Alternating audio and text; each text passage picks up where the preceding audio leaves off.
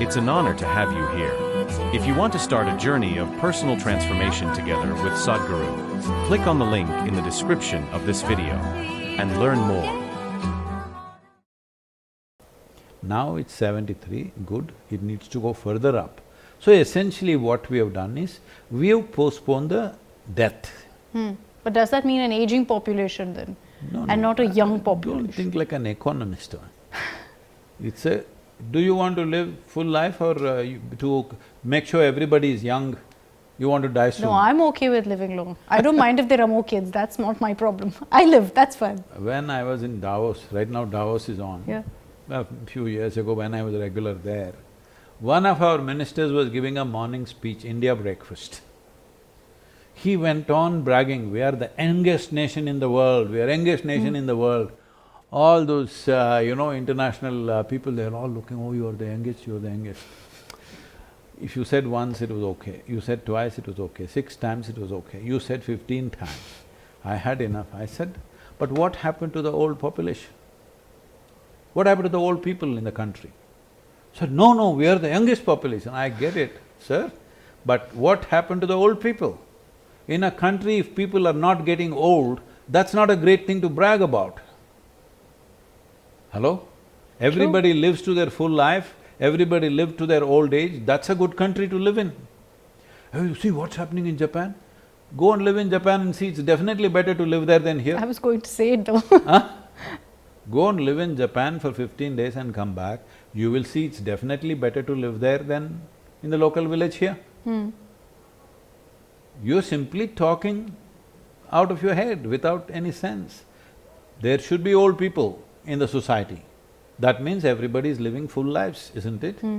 But at the same time, if you postpone death, you have to postpone birth also, which has happened. Normally, a young woman in India, let's say in 60s was… average age was about 16, 17, she was getting her first pregnancy. Today it's moved to 21, I think. Yeah. It needs to move further up. Because you postpone death, we have to postpone birth, that's the only way you can manage this. At any time, 3 generations should be alive. Yourself, your parents and their parents are alive, it's fine. But today in many families, 5 generations are alive. That's not good. I know you can't tell that to those people, but generally in the planning of the nation's population, if 5 generations are alive at the same time, you feel like there are too many people. It may not be due to the birth rate, it's simply because it's happened too soon. That's the idea, we are saying till 18, nobody should the girls should not get married before 18, because we are trying to postpone the birth date. One thing is for the well-being of the girl. Yeah. But it's also important we postpone the birth of the children. She marries at 18, the first child will come 20, 21, reasonably okay, but if it comes at 25, 26, 30, it's better for the present population the way it is. But there are nations which are making laws, they can marry their girls at 9. Just 2 days ago, Iraqi parliament passed the law, at the age of 9, you can marry the girl, consummate the marriage. What is this? And there's no outrage. There is no outrage in the world. What happened to all the women's liberation nonsense? Why nobody is talking?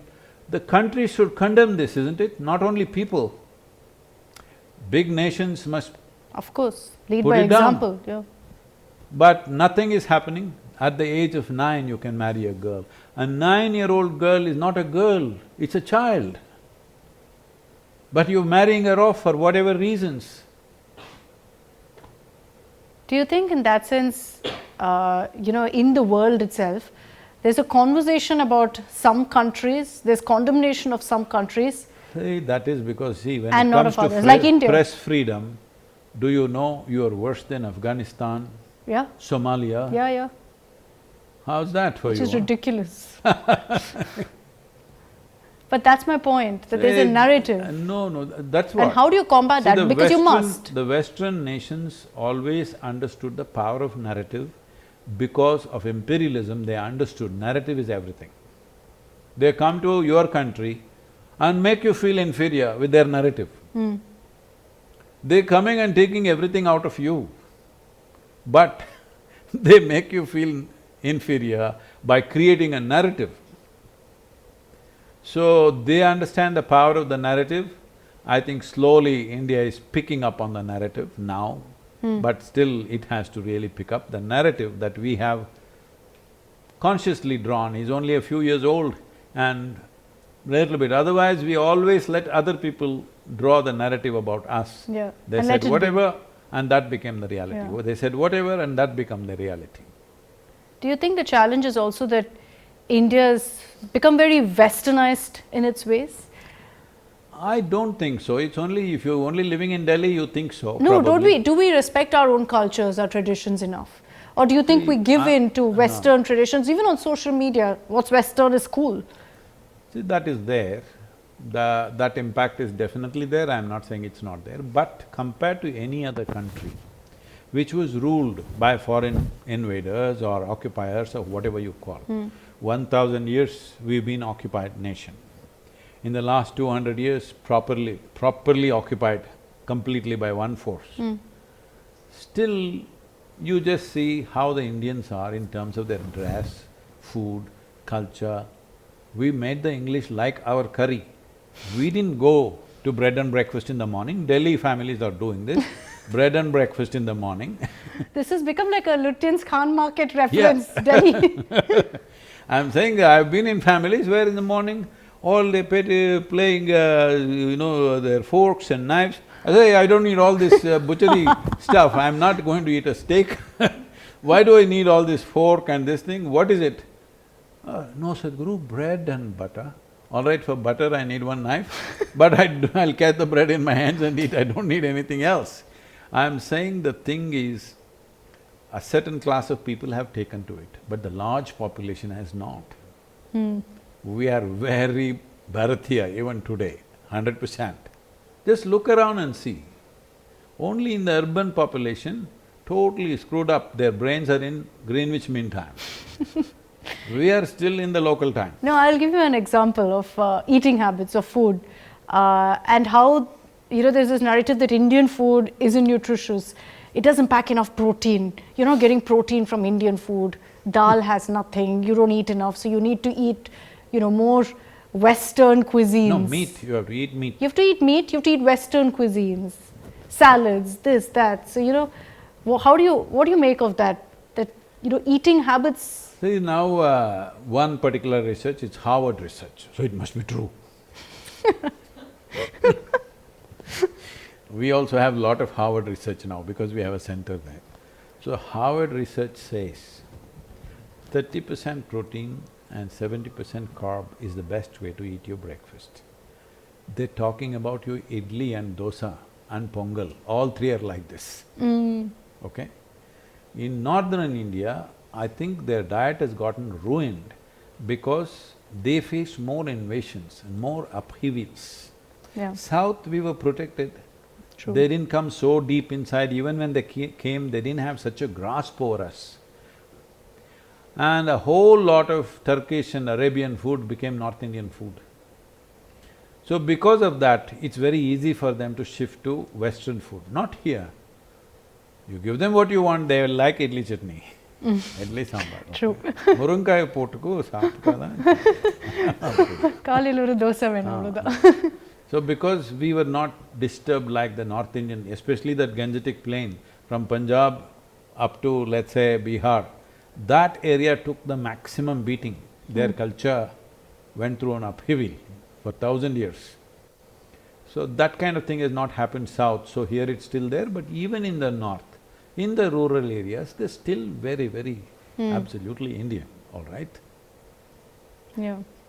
Here in the centers… As I said earlier, the urban narrative has become the most dominant because you guys won't leave Delhi and come, your cameras won't focus I'm here.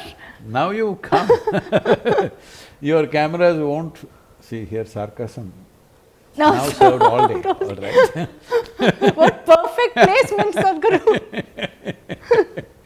So, So I was just looking what's written behind me. so, it is just that the urban populations are controlling the narrative. Anywhere in the world, it's a very skewed narrative. People think United States means, oh, New York City, New York is not United States, it's nothing like United States, New York City, all right? Yeah. If you go deep into United States, it's a totally different country. So urban narratives have become so strong because media is focused there. So many things are focused there, as I said, investment is focused there, so everybody is creeping into urban centers, which is very dangerous because by 2035, it's expected 220 million people in India will move to urban centers from rural areas. Just imagine which city is ready to take 220 million people. They'll expand, but they'll expand at the cost of these It's villages. the greatest disaster that you will see. Already you are seeing. See, the thing is, you've not really gone there, maybe you've gone there as a journalist, but most people have not gone there. Just go into the actual slums. Don't go to a nicely developed Dharavi thing. Go to the actual slum and see. When I've been there, the whole slum in Mumbai, on the way to IIT Bombay, it is, Mumbai IIT on the way, the whole slum is in like above the ankle kind of filth. You can only walk in that. You understand? God. Every day, going into your house, coming out of your house, you're only walking in that filth. We are letting people live like that because so many are moving in, you can't build infrastructure for them. So what's the answer then? Rural development, what is it? Yes, you have to urbanize rural India. You have to empower them. This is the time to do it because today there is technology. You can set up your India Today office in, you know what? In Coimbatore. Tippagondanahalli, because there is Wi-Fi. Yeah. You can run your office from there, I'm just joking, but it could be done. All you need is a couple of journalists in Delhi. How much of parliament do you cover? Anyway, you don't go inside, you also watch the TV and report. Correct. Right? You can do it here only. I'm saying this urban mentality should go. We must urbanize rural India. See, right now the local village which is here, which maybe has one 25 to 30,000 population, if the first chance, if they get little money in their hands, they'll go to Coimbatore. Why? They wanted to watch a movie. They watch the movie and then they'll drink, money ran out, they'll borrow some loan from somewhere and come. Now the loan keeps ticking. To pay the loan, they have to go again. Like this, if you had a theatre, if you had a little bit of sporting thing here, if not in every village, at least within 20 kilometers, 25 kilometers, if you had a theatre which runs every movie 3 days or 4 days or whatever, you must run those kind of things, sports centers, and maybe some places where you can see sporting, events like cricket is happening, IPL is happening, somewhere it's displayed on a big screen where people will gather and watch. If you do these things, they will not go to the city.